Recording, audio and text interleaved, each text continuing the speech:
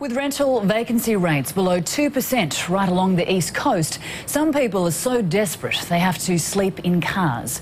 That's all good news for Australia's worst landlord, whose rents are at an all-time high for properties that are barely livable, in dilapidated houses with as many as 10 tenants.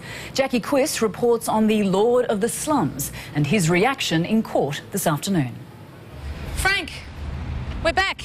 Yeah, really. What's the Lord of the Slums doing today? Oh, he's the slumlord. He's the slumlord of Fitzroy. He's the top.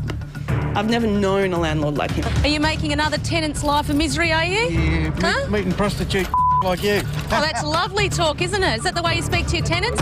Who could forget Frank Cassar, the tow truck driver, smash repairer and landlord from hell, who now owns 10 properties, all as appalling as this. Note the lovely tile work there.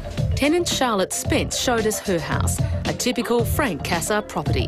Dilapidated, leaky, littered with old cars, unhygienic and dangerous. I did almost have an incident where I fell down into the pit of death, but luckily for me, I was saved by the last remnants of strength in the vent. Every landlord I've ever had has been brilliant. Frank is just doing them all a disservice, a real disservice to the industry. He needs to be stopped, really. It cost Lainey Dixon $1,300 a month to live like this.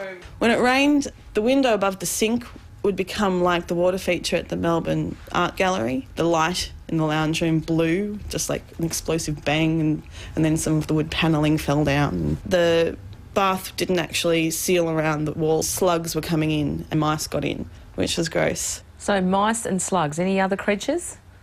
Only Frank. Where we're from, it's illegal to rent out a house like that.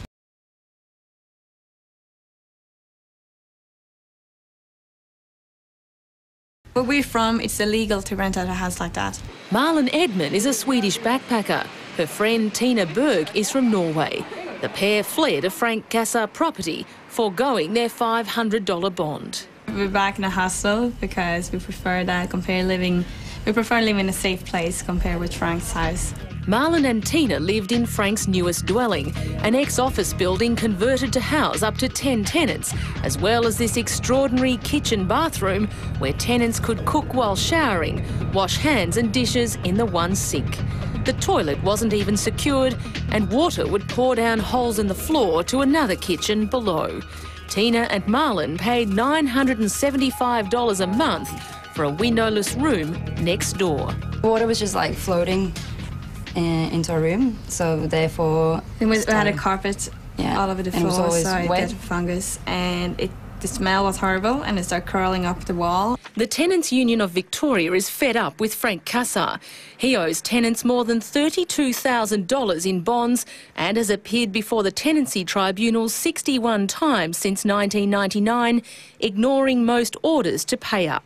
Chief Executive Mark O'Brien calling a crisis meeting of tenants' advocates and solicitors to work out what to do with a man who for over 20 years has thumbed his nose at the law. One of those residents we saw last week that went to Fitzroy police station here and complained about knives being waved in their face. There is a systemic and ongoing pattern where one particular individual constantly breaks the law and orders are made in the tribunal against that individual without any compliance of those orders. He routinely tries to rip off his tenants, he routinely threatens his tenants, and he routinely deals with them in an inappropriate way.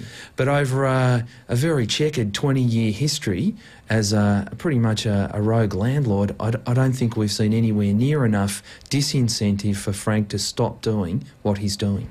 Lainey Dixon took out an intervention order against Frank after he entered her house while she was in the shower. He said to me, "You're unlucky that I wasn't a rapist because you missed out." And that's when I put a chain on my front door so that he couldn't get in. Frank's foot made short work of the chain and Lainey finally left. The rent went up and in this tight market, Frank now reaps $1,700 a month. His behaviour hasn't changed. He said, "Oh, well, I have this friend over there," and he pointed over to the shirt and said he will give you $250 for a bikini shoot and $1,000 for a nudie shoot. Yeah. So just go over there and tell him Frank sent you. Just don't live in anything Frank owns, period. Done. And the case goes back to court next month. Jackie Quist. Where we're from, it's illegal to rent out a house like that.